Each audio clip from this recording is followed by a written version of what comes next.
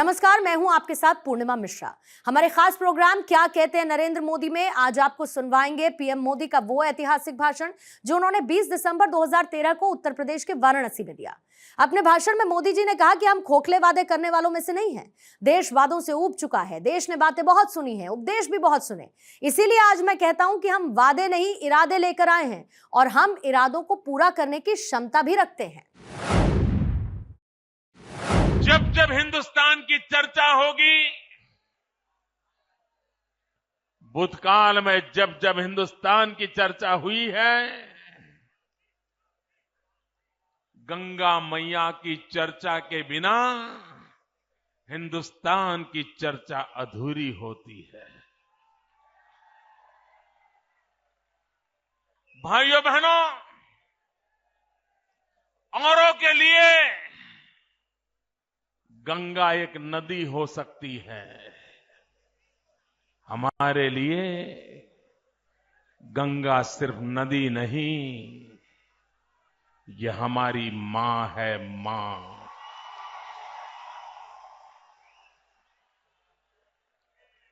गंगा ये पानी की धारा नहीं है, गंगा ये हमारी संस्कृति की धारा है। भाइयों बहनों, इस गंगा की सफाई के लिए न जाने कितनी योजनाएं बनी, न जाने कितने बजट खर्च किए गए, न जाने कितने कमिटियां बनाई गई, लेकिन पता नहीं चल रहा है कि गंगा के अंदर क्या ये रुपये भी बह जा रहे हैं क्या?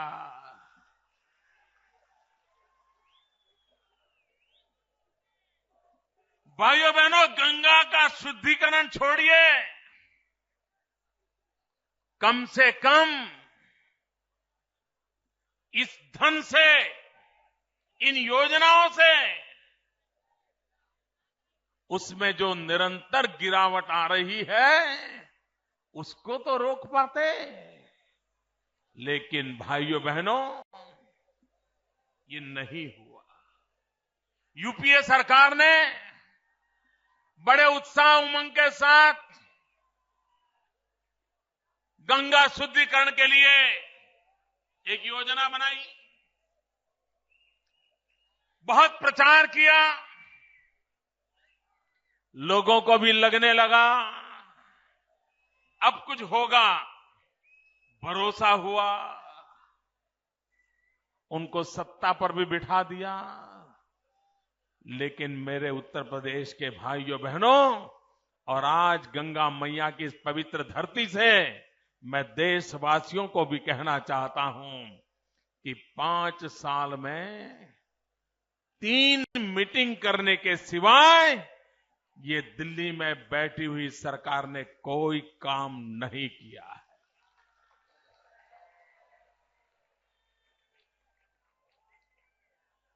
मैं दिल्ली की सरकार को आग्रह करता हूं, प्रधानमंत्री जी को आग्रह करता हूं, जरा देश के सामने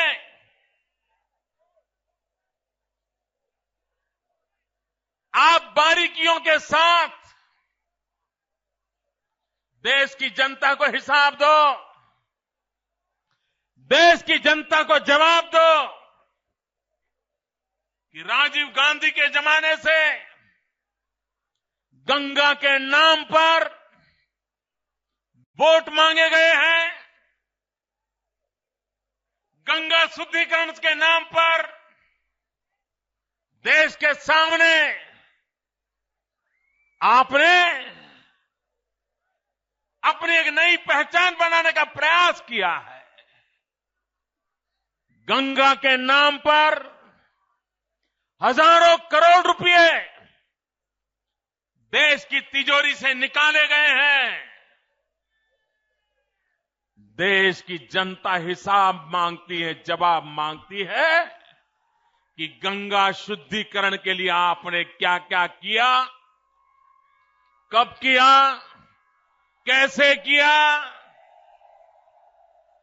और देश ये भी जानना चाहता है किस किस के लिए किया। भाइयों बहनों, आप मुझे बताइए, अकेले गंगा के मुद्दे पर मैं देशवासियों को भी कहना चाहता हूं, उत्तर प्रदेश के भाइयों को विशेष रूप से कहना चाहता हूं, गंगा के नाम पर जो देश के नागरिकों को मूर्ख बनाया गया है, उनको अंधेरे में रखा गया है, उनके साथ चीटिंग हुआ है। क्या भाइयों बहनों, गंगा जैसे पवित्र काम में भी इस प्रकार का पाप करने वाले लोगों को फिर से सरकार बनाने देनी चाहिए? मुझे पूरी ताकत से बताओ भाइयों, जिन्होंने गंगा के साथ खिलवाड़ किया उन्हें सरकार देनी चाहिए, जिन्होंने गंगा को अधिक बर्बाद किया उनको सरकार देनी चाहिए। ये देश उनको दे सकते हैं?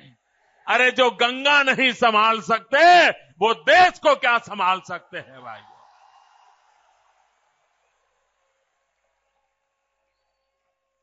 भाइयों बहनों,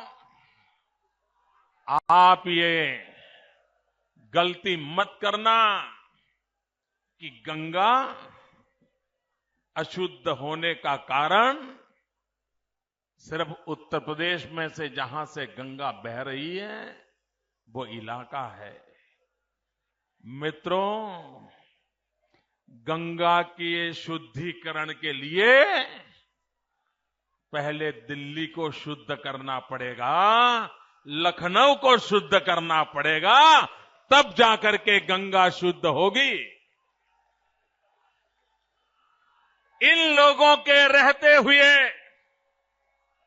इन लोगों के बैठते हुए गंगा के शुद्धिकरण की कोई संभावना नहीं है। आजकल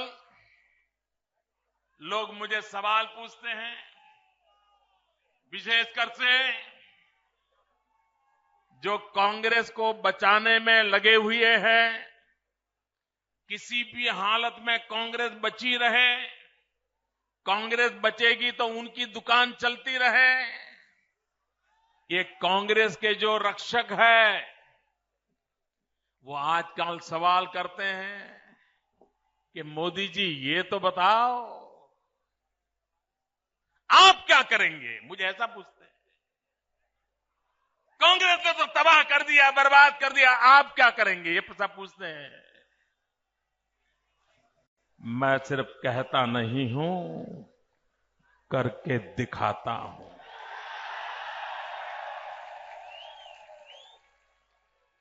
और जिनके मन में ये सवाल है, जो मुझे पूछ रहे हैं कि आप क्या कर सकते हो, उनसे मेरी प्रार्थना है, एक दिन निकालिए, एक दिन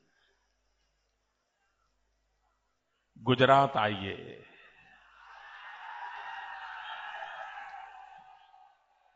अहमदाबाद की धरती पर आइए, साबरमती के किनारे पर जाकर के खड़े रहिए। और आज से 10 साल पहले का साबरमती नदी का रूप एक गंदी नाली बन गई थी। महात्मा गांधी के साथ जो साबरमती की नदी का नाम जुड़ा था, साबरमती के संत तूने कर दिया कमाल। हर गली मोहल्ले में साबरमती की बात होती थी।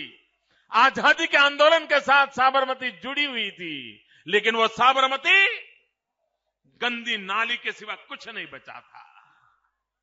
आज जाकर के देखिए, शहर के बीचों बीच शुद्ध नर्मदा के जल से साबरमती नदी लबालब भरी है और साबरमती बह रही है।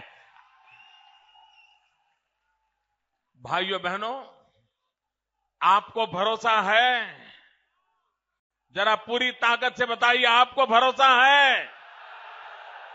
अगर साबरमती शुद्ध हो सकती है तो गंगा शुद्ध हो सकती है। साबरमती का कल्याण हो सकता है तो गंगा का कल्याण हो सकता है। अगर साबरमती गुजरात का जीवन बदल सकती है तो गंगा हिंदुस्तान का जीवन बदल सकती है। भाइयों बहनों,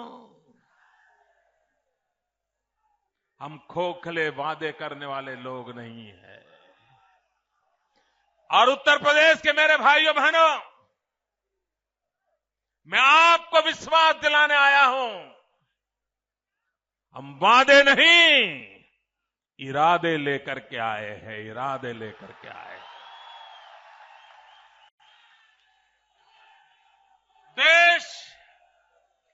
देश वादों से उब चुका है। देश ने बातें बहुत सुनी हैं, उपदेश भी बहुत सुने हैं।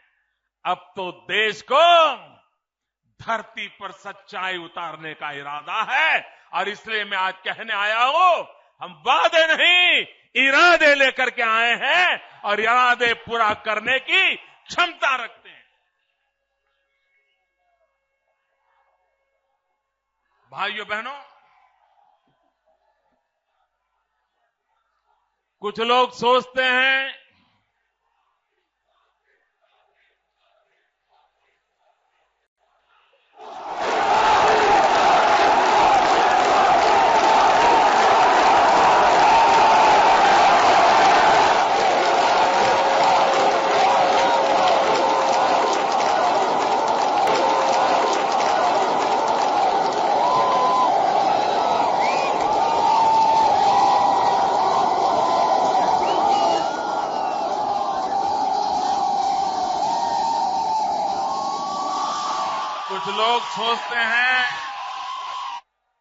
कि हिंदुस्तान की राजनीति में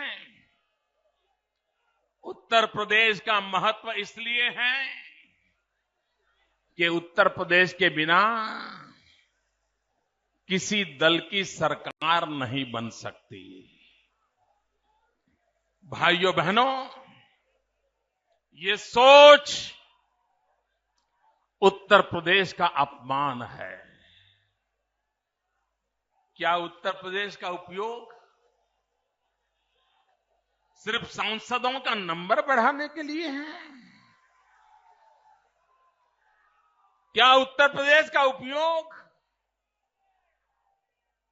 सरकारें बढ़ाने के लिए है? भाइयों बहनों, मेरी सोच इतनी सीमित नहीं है। सवाल सरकार का नहीं है। अगर हिंदुस्तान को भी स्थिरता चाहिए तो उत्तर प्रदेश के बिना नहीं आ सकती है।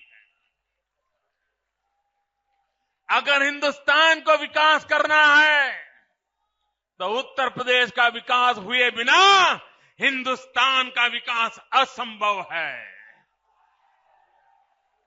हिंदुस्तान में अगर बेरोजगारी मिटानी है, उत्तर प्रदेश से बेरोजगारी मिटाए बिना हिंदुस्तान की बेरोजगारी मिट नहीं सकती है। अगर हिंदुस्तान भूखा है, अगर उत्तर प्रदेश ये गंगा यमुना के पट ये अगर हिंदुस्तान का पेट नहीं भरते तो हिंदुस्तान की भूख कभी मिट नहीं सकती है। भाइयों बहनों, उत्तर प्रदेश को सिर्फ सांसदों की संख्या के साथ न जोड़ा जाए। उत्तर प्रदेश भारत का भाग्य विधाता बन सकता है। उत्तर प्रदेश समृद्ध भारत की धरोहर बन सकता है। उत्तर प्रदेश विकास की नई ऊंचाइयों पर ले जाने के लिए एक बड़ा ताकतवर इंजन के रूप में देश के सामने उभर सकता है।